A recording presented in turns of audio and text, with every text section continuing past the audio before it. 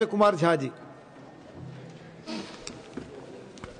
आदरणीय उपसभापति महोदय, इतने महत्वपूर्ण बिल पे आपने बोलने का मुझे मौका दिया है। मैं जानता हूं कि पहले जो सरकार थी, इससे पहले जिस हिसाब से लोन दिए जाते थे, लोग बोलते थे कि फ़ोन बैंकिंग चलता था, फ़ोन से ही लोन मिल जाता था, बड़े लोगों को मिलता था। और मैं पिछला रिकॉर्ड देख रहा था कि जब बैंक बोर्ड ब्यूरो बनाया गया और बैंकों को 3,10,000 करोड़ रुपए दिए गए जो वित्तीय संकट से निकल सके, इसका एक जबरदस्त प्रभाव पड़ा। मुझे लगता है कि बैंक ने 2014 से अब तक 10 लाख करोड़ रुपए से अधिक की वसूली की है। बैंकिंग क्षेत्र का खराब ऋण अनुपात अब 2.7% के न्यूनतम स्तर तक पहुंच गया है, जो 2011 से सबसे कम है। वित्त वर्ष 2023-24 में 3 लाख करोड़ से अधिक का लाभ बैंकों का हुआ है। इसी तरह मैं देख रहा था कि हम लोग तो गांव में देखते थे कि लोग जाकर के लोन साहूकार से ही लेते थे और बड़े इंटरेस्ट पे लोन जाकर के लेते थे। अब जब बैंकिंग सिस्टम गांव तक पहुंचा, लगभग मैं देख रहा था कि प्रधानमंत्री जनधन योजना के तहत 54,000 करोड़ से अधिक बैंक खाते खोले गए, जिसमें से 56% खाते महिलाओं के। कृषि क्षेत्र को मजबूती देने के लिए किसान क्रेडिट कार्ड योजना के तहत ऋण वृद्धि 2.5% हुई है। प्रधानमंत्री मुद्रा योजना के तहत 30 लाख करोड़ से अधिक वितरित किया गया है, जिसमें 68% महिलाएं हैं जिनको ये लोन दिया गया है, मुद्रा लोन जो है।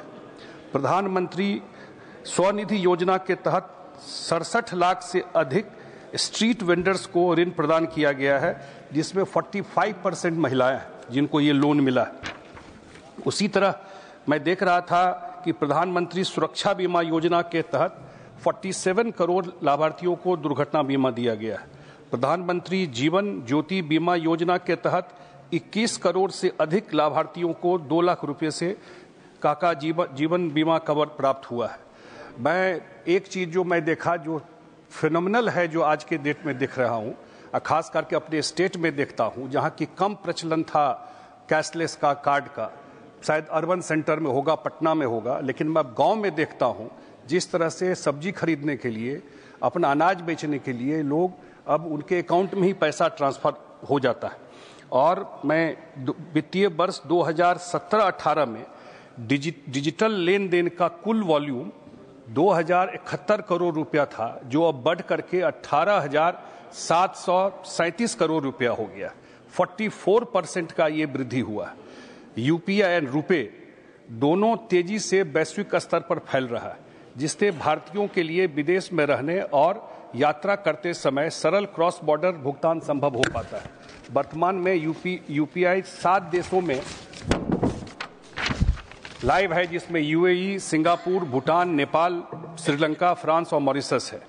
एशियाई वर्ल्ड वाइड रिपोर्ट 2024 के अनुसार 2023 में भारत में वैश्विक वास्तविक लेन देन 49% रहा है।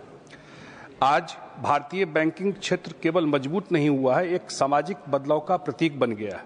आज बैंकिंग को सिर्फ एक वित्तीय प्रक्रिया नहीं है, जो गांव में जो लोन लेते थे उनको डायरेक्ट एक्सेस इन सब चीज़ों के हुआ है। और बैंक ऋण वृद्धि 60% के उच्चतम स्तर पर पहुंच गया है। बैंक ने 5 लाख करोड़ रुपए से अधिक के ऋण वितरण किए हैं। और मैं देख रहा था, हमारे यहाँ एक बहुत बड़ा फोर्स है जो जीविका दीदियों का, जो सेल्फ हेल्प ग्रुप के माध्यम से जुड़ी हुई है, और उसमें 1 करोड़ से ज़्यादा महिलाएं जुड़ी हुई हैं।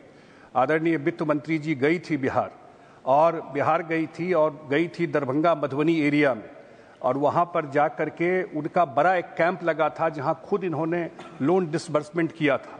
और मुझे लगता है कि उसमें 50,000 से ज़्यादा पार्टिसिपेशन था, जो महिलाएं आई थी उस कार्यक्रम में। और जिस स्केल का ये कार्यक्रम हुआ, जिस हिसाब से लोन डिसबर्समेंट हो रहा है, पहली बार मुझे लगता है ट्रांसपेरेंसी आई है बैंकों में।